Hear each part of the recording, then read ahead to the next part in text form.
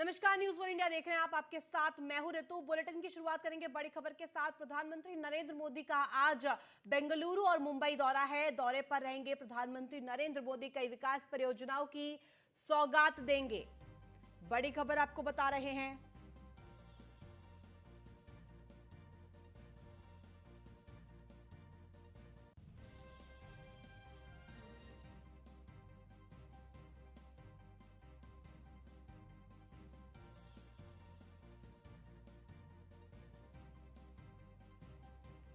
प्रधानमंत्री नरेंद्र मोदी का आज बेंगलुरु और मुंबई दौरा।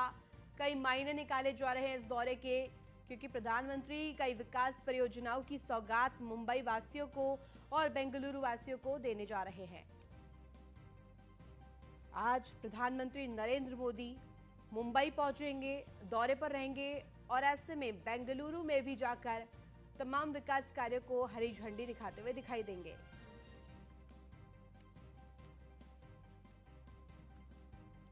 इस वक्त की बड़ी खबर आपको बता रहे हैं।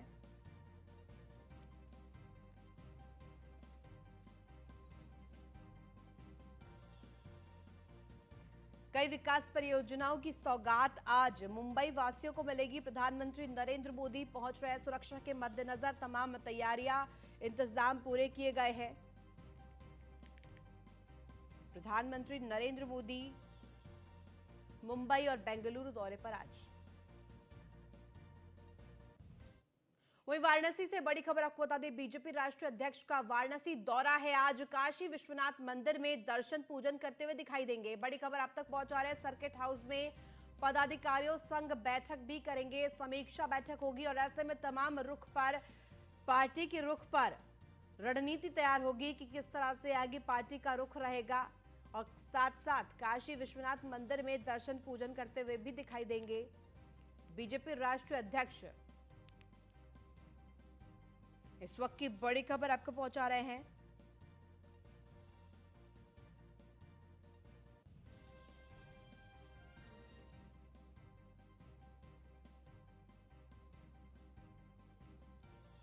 और अधिक जानकारी के साथ हमारे संवाददाता संतोष ओझा जुड़ गए। संतोष, जिस तरह से ये बड़ी खबर सामने आई है, बीजेपी राष्ट्रीय अध्यक्ष आज वाराणसी दौरे पर रहेंगे, काशी विश्वनाथ मंदिर में दर्शन पूजन भी करेंगे। क्या कुछ आज उनका डे प्लान रहेगा? क्या कुछ आज अहम चीजें देखने को मिल सकती है? देखिए, ये कहा जा सकता है कि 1 साल का क्षेत्र मिलने के बाद आज प्रदेश अध्यक्ष महोदय न केवल बनारस में है, बल्कि काशी विश्वनाथ दर्शन करके, हाँ। पूजन दर्शन करके वो उनसे आशीर्वाद भी प्राप्त करेंगे। समझा जा सकता है कि ये चुनावी रणनीति के कदम है और चुनाव की तैयारियों के लिए तमाम कवायद है। कार्यक्रमों की यदि बात करें तो कार्यक्रम में सबसे पहले ये अपने प्रदेश अध्यक्ष के आने पे प्रदेश अध्यक्ष इनका स्वागत करेंगे एयरपोर्ट पे। इसके बाद ये सीधा काशी विश्वनाथ मंदिर पहुंचेंगे। विश्वनाथ मंदिर दर्शन करने के बाद ये अन्नपूर्णा मंदिर जाएंगे और काल भैरव जाएंगे। दर्शन करने के उपरांत ये एक पदाधिकारियों की बैठक करेंगे और इस बैठक में मूल मंत्र देंगे, या ये कहा जाए कि संगठन और संगठन के कार्य कुशलताओं पे न केवल चर्चा करेंगे बल्कि कुछ गाइडलाइन भी देंगे। 2 दिवसीय दौरा ये है। आज ये बनारस में होंगे, वहीं कल ये गाजीपुर जाएंगे और गाजीपुर जाके वहां के लोगों को, या ये कहा जाए कि वहां के संसदीय इलाका जौनपुर, गाजीपुर और आजमगढ़ के बीजेपी के जो बिगड़ी तो नहीं कही जा सकती है, जो चीजें हैं उन चीजों को समेटने की कोशिश की जाएगी, क्योंकि ये वो सीट है जिन सीटों पे आए गाहे बगाहे बीजेपी कहीं ना कहीं से मिस करती रहती है। तो समझा जा सकता है कि आजमगढ़ हो, गाजीपुर हो या फिर जौनपुर हो, इन सीटों को न केवल मजबूती प्रदान करने की रणनीति तय की जाएगी वहां पे, बल्कि एक नई रणनीति के तहत काम करने के लिए लोगों को बल भी दिया जाएगा। जी ठीक है, बहुत शुक्रिया। आप बने रहिए, आगे भी आपसे जानकारी लेंगे संतोष। अगली खबर भी वाराणसी से, जहां मकान का बारजा गिरने से 2 लोगों की मौत हो गई है। निर्माणाधीन मकान का बारजा गिरने से 2 मिस्त्रियों की मौत हो गई है। बड़ी खबर आप तक पहुंचा रहे हैं। मुख्यमंत्री योगी आदित्यनाथ ने हादसे का संज्ञान लिया है और साथ ही साथ मृतक के परिजनों को 2-2 लाख रुपए मुआवजे का ऐलान किया है।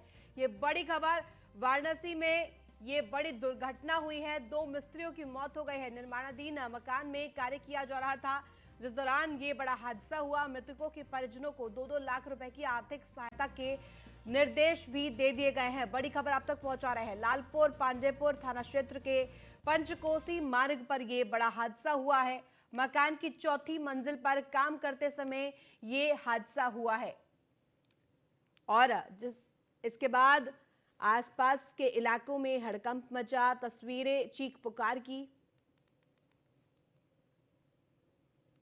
तो सूची हमारे पास प्रशासन के पास अब है। ये लगभग 4 साढ़े 4 बजे आज शाम को एक वर्क साइट पर जो 2 मज़दूर हैं उनकी मृत्यु हुई थी, पर और जांच थाने की तरफ से हो रहा है। जब उनका जांच रिपोर्ट आएगा तब पता चलेगा कि एग्जैक्टली क्या हुआ था। अब दोनों परिवारों से माननीय जिलाधिकारी महोदय द्वारा आश्वासन किया है कि सरकार का पूरा सहायता मिलेंगे और इसके लिए तहसील से जो भी चाहिए वो अभी हम कर रहे हैं। साथों साथ रात में पोस्टमार्टम का भी प्रक्रिया शुरू किए हैं। तो सूची ज्यादा जानकारी के साथ हमारे संवाददाता संतोष ओझा बने हुए हैं। संतोष, जिस तरह से ये हादसा हुआ है, बड़ी खबर सामने आई कि वाराणसी में 2 मिस्त्रियों की जान भी इस हादसे में चली गई है। क्या कुछ अधिक आपके पास जानकारी है? अभी फिलहाल इस मामले में क्या कुछ अपडेट है आपके पास? देखिए, देर रात दोनों मृतकों का पोस्टमार्टम हो गया है और पोस्टमार्टम के बाद उन्हें अंत्येष्टि के लिए ले जाया जाएगा। दीपक जायसवाल और छोटी इन दोनों मिस्त्री हैं जिनकी 42 और 40 साल की उम्र है। जैसा कि आपने बताया, चौथे मंजिल पे ये बारजा जोड़ रहे थे, बारजा की दीवार जोड़ रहे थे, उस समय ये घटना हुई है। घटना कैसे हुई है निश्चित तौर पे जांच का विषय है, लेकिन बारजा और बारजा के दीवार के साथ ये नीचे गिरे और गिरते ही मौके पे ही इनकी मौत हो गई। दूसरी ओर जो सबसे बड़ी बात इस पूरे मामले में है कि मृतक परिजन न केवल इस बात की सूचना दिए स्थानीय लोगों को, बल्कि वो घर ले जाके तैयारी करने लगे। शुक्र ये रहा कि आनंद फानन में, या ये कहिए कि खुदा न खास्ते अगल बगल से ये बात की जानकारी मिली और पुलिस संज्ञान में लेकर पूरे मामले को आगे बढ़ाई। 2-2 लाख रुपए का इन परिजनों को मिला है, सहायता मिला है मुख्यमंत्री की ओर से। देखने की बात होगी कि पुलिस अपनी जांच रिपोर्ट कब तक देती है और आगे घटना की वजह क्या बताती है। जी ठीक है, बहुत शुक्रिया तमाम जानकारी के लिए। वही बड़ी खबर आपको बता दें लखनऊ से, जहां मुख्यमंत्री योगी आदित्यनाथ का आज कार्यक्रम है। सांसद खेल स्पर्धा के प्रतिभागियों को संबोधित करेंगे सीएम योगी आदित्यनाथ। आपको बता दें कि सुबह 8 बजे प्रतिभागियों को वर्चुअली संबोधित करते हुए दिखाई देंगे। 5 कालिदास मार्ग पर कार्यक्रम का आयोजन किया गया है। ये बड़ी खबर इस वक्त की। खुद सीएम योगी आदित्यनाथ सांसद खेल स्पर्धाओं को संबोधित करते हुए दिखाई देंगे।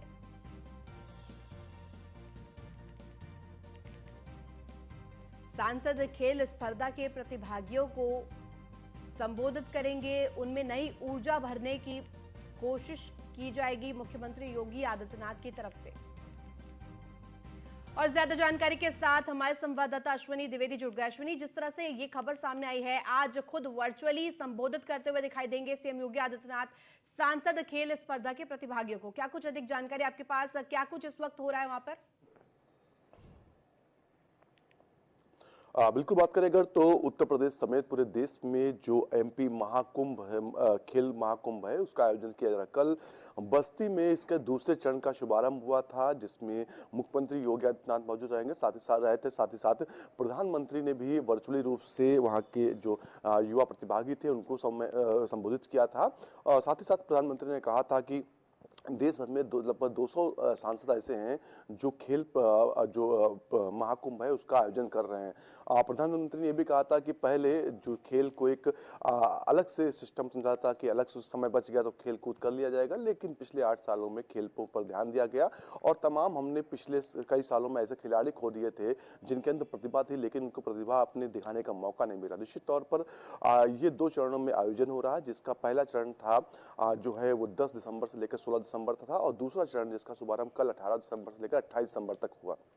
आज मुख्यमंत्री तमाम जो प्रतिभागी हैं सांसद खेल महाकुंभ से जुड़े हुए उनको संबोधित करेंगे। वर्चुअली रूप से संबोधन होगा जो 5 कालिदास मार्ग जो मुख्यमंत्री आवास है वहां से किया जाएगा। जी अश्विनी, क्योंकि खेल को लेकर के अब काफी सजग दिखाई दे रहे हैं, क्योंकि खेल में नई लोगों में और खासतौर पर बात करें प्रतिभागियों में नई ऊर्जा भरने के लिए सीएम योगी आदित्यनाथ आज वर्चुअली भी संबोधित करेंगे। उससे जुड़ी हुई क्या कुछ जानकारी आपके पास? बिल्कुल बताया आपको कि जो मुख्यमंत्री हैं वो तमाम जो खिलाड़ी होंगे उनको संबोधित करेंगे। संबोधन के बाद कहीं ना कहीं उनको आप मार्गदर्शन करेंगे कि उत्तर प्रदेश के अंदर अब खेल कूद का माहौल है। अक्सर देखा जाता था कि पिछले कई सालों में कि जब रेसलिंग की बात आती थी, बॉक्सिंग की बात आती थी तो एक ही प्रदेश रहता था जिसका नाम हरियाणा था। लेकिन पिछले 5 सालों में उत्तर प्रदेश भी निखर के सामने आ रहा। तमाम ऐसे खिलाड़ी नए बन के तैयार हो रहे जो अब हरियाणा को भी टक्कर दे रहे। तो ऐसे में कहीं ना कहीं आने वाले दिन जो है उत्तर प्रदेश के लिए बेहतर होने वाले हैं। उत्तर प्रदेश के जो खेल कूद से संबंधित युवा हैं उनके लिए बेहतर होने वाले हैं। मुख्यमंत्री ने पहले ही कहा है कि जो तमाम जिले हैं हर जिले में अपना खुद का मिनी स्टेडियम होगा, हर ब्लॉक पे मिनी स्टेडियम होगा, जिससे लोग जो युवा हैं उनकी प्रतिभा छुपने ना पाए। उत्तर प्रदेश की जो प्रतिभा है वो निकल के सामने आए, जो अंतर्राष्ट्रीय स्तर पर अपनी चमक बिखेरे। जी ठीक है, बहुत शुक्रिया तमाम जानकारी के लिए अश्विनी। वहीं बस्ती में सांसद खेल महाकुंभ का आगाज हो गया है। प्रधानमंत्री नरेंद्र मोदी ने वर्चुअली रिमोट दबाकर सांसद खेल महाकुंभ का उद्घाटन किया। इस मौके पर उन्होंने क्या कहा कि ये हमारी बस्ती है, महर्षि वशिष्ठ की पावन धरती है, ये साधना, तप और त्याग की धरती है। खिलाड़ी के लिए उसका खेल भी साधना ही है, एक तपस्या है। सफल खिलाड़ी ये साधना करके ही विजय प्राप्ति करता है और वो आगे बढ़ता है, सिद्धि हासिल करता है। मुझे खुशी है कि बस्ती में हमारे संसद की मेहनत से कितने विशाल खेल महाकुंभ का आयोजन हो रहा है। आगे उन्होंने कहा कि भारत के खेलों में परंपरागत स्थानीय खिलाड़ियों को खेल महाकुंभ नई उड़ान का अवसर देगा।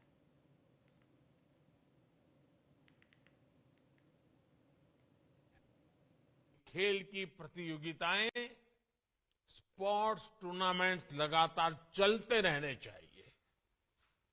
इससे खिलाड़ियों को अपनी ट्रेनिंग को लगातार टेस्ट करने का मौका मिलता है। अलग अलग क्षेत्रों में अलग अलग स्तर पर होने वाली खेल प्रतियोगिताएं खिलाड़ियों की बहुत मदद करती है। इससे खिलाड़ियों को अपने सामर्थ्य के बारे में तो पता चलता ही है, वो अपनी खुद की टेक्निक भी डेवलप कर पाता है। खिलाड़ियों के कोचेज को भी पता चलता है कि उसके शिष्य में जिसको उसने सिखाया है अभी कौन सी कमियां रह गई हैं, कहां सुधार की जरूरत है, कहां सामने वाला खिलाड़ी उस पर भारी पड़ रहा है। इसलिए ही संसद महाकुंभ से लेकर राष्ट्रीय खेलों तक खिलाड़ियों को ज्यादा से ज्यादा मौके दिए जा रहे हैं। वहीं इससे पहले खेल महाकुंभ का सीएम योगी आदित्यनाथ ने भी संबोधित किया। उन्होंने कहा कि पिछले 8 साल में खेल को बढ़ाया गया है, खिलाड़ियों को सम्मानित किया जा रहा है। उन्होंने आगे कहा कि 34,000 ग्राम पंचायतों में खेल भूमि आरक्षित है और गांव-गांव में खेल के लिए मैदान होगा।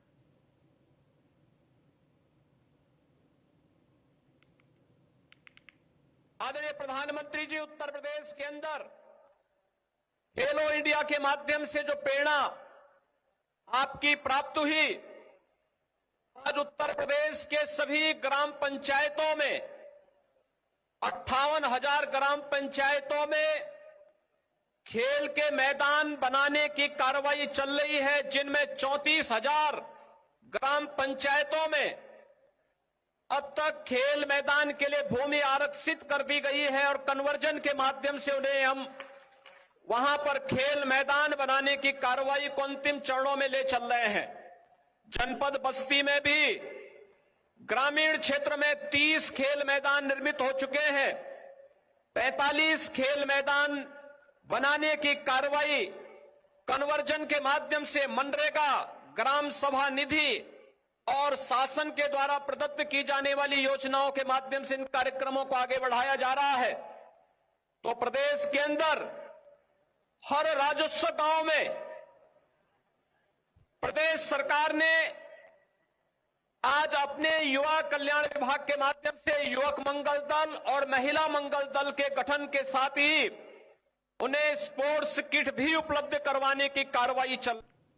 वही लोकसभा चुनाव 2024 से पहले विपक्षी दलों को एकजुट करने की मुहिम में जुटे कांग्रेस नेता राहुल गांधी, पश्चिम बंगाल की मुख्यमंत्री ममता बनर्जी, बिहार के सीएम नीतीश कुमार को बड़ा झटका लगा है। तेलंगाना के सीएम चंद्रशेखर राव ने मेगा रैली के जरिए तीसरे मोड़ की नींव रख दी है, लेकिन तीनों नजर नहीं आए। इस मेगा रैली में कांग्रेस, टीएमसी, आरजेडी और जेडीयू को न्योता नहीं मिला। इस रैली में सपा प्रमुख और यूपी के पूर्व सीएम अखिलेश यादव, पंजाब के सीएम भगवंत मान, दिल्ली के सीएम अरविंद केजरीवाल, केरल के सीएम पिनराई विजयन समेत कई विपक्षी दलों के नेताओं को बुलाया गया। देखिए ये हमारी खास रिपोर्ट।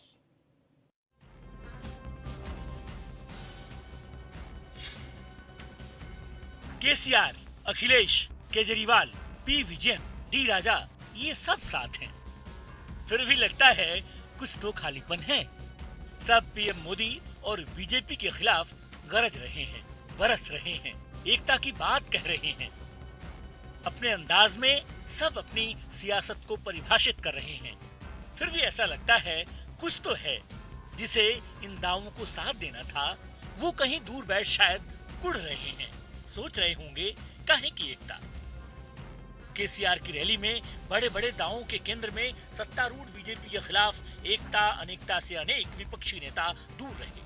खासकर विपक्षी एकता के तीन चेहरे गायब रहे। न तो कांग्रेस नेता राहुल गांधी दिखे, न बिहार के मुख्यमंत्री नीतीश कुमार की गर्जना गूंजी, और न ही बीजेपी को अपने अंदाज में घेरने वाली पश्चिम बंगाल की मुख्यमंत्री ममता दीदी। ये तीनों नदारद हैं।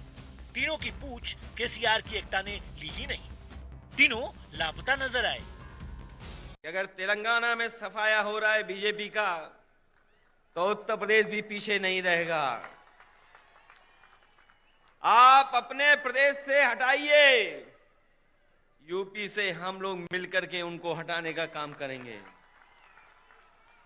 हम यूपी वाले यही जानते हैं कि जिन्हें प्रधानमंत्री बनना है वो उत्तर प्रदेश जरूर आते हैं।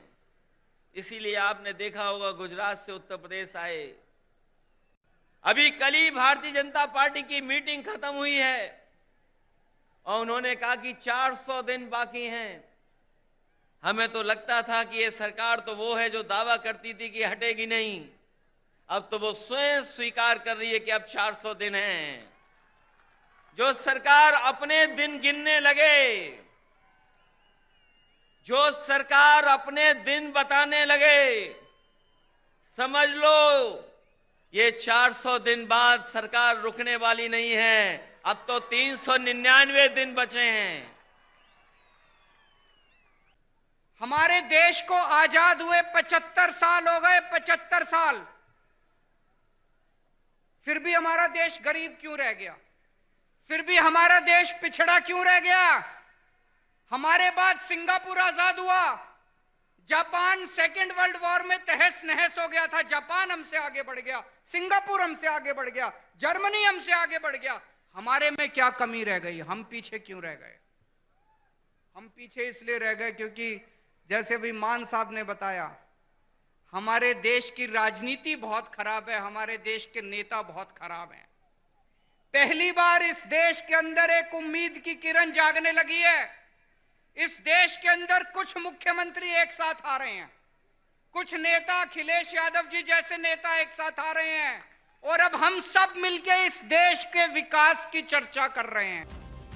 इस जनसभा को राजनीतिक रूप से अहम माना जा रहा था। बीते दिनों तेलंगाना राष्ट्र समिति ने अपना नाम बदलकर भारतीय राष्ट्र समिति यानी BRS कर दिया था।